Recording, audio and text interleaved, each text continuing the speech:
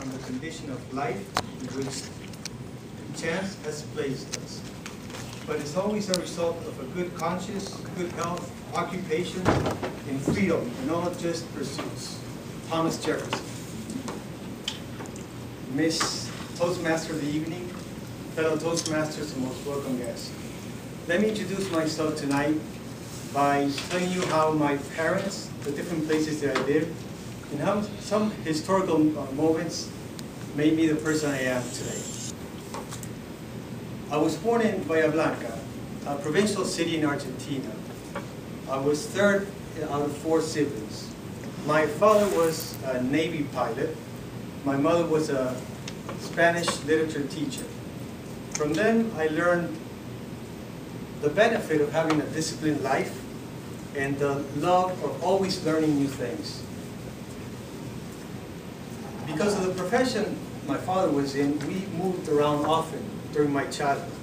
And we lived in memorable places. One place I always remember was called Punta Indio. If you know a little bit of the Argentinian geography, it's located right in the middle of nowhere. We lived inside an aerial naval base. And for a young kid like me, we had everything we needed.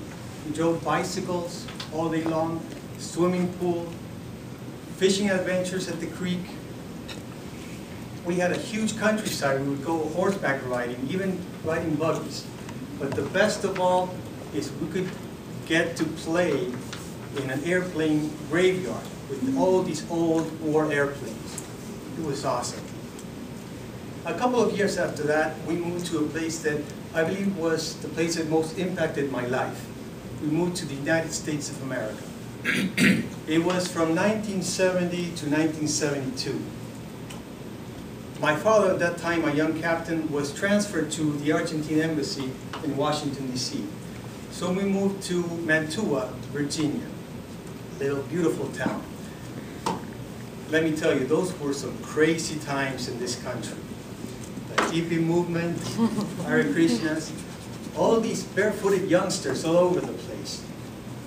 And I had the chance to be exposed, because of my older sisters, to some great music. From the Mamas and the Papas, Carly Simon, that I can think of, James Taylor, America, and although not an American band, my favorite all times, Led Zeppelin. And also some hilarious TV shows that were produced actually during those years. Bewitched, The Brady Bunch, Green Acres, and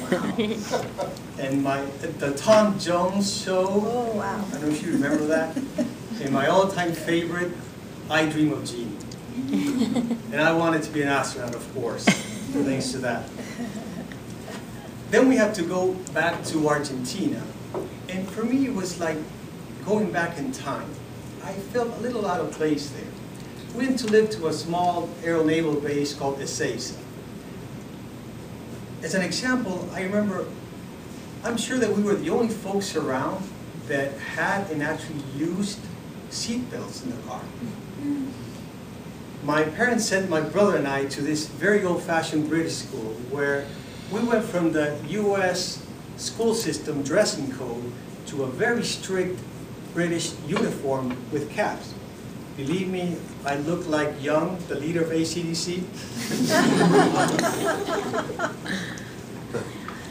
But despite all the weirdness there, I do thank that school for 2 things I learned. One is the love of hard work, of hard physical training, and rugby, the sport I played all the way through high school, through college.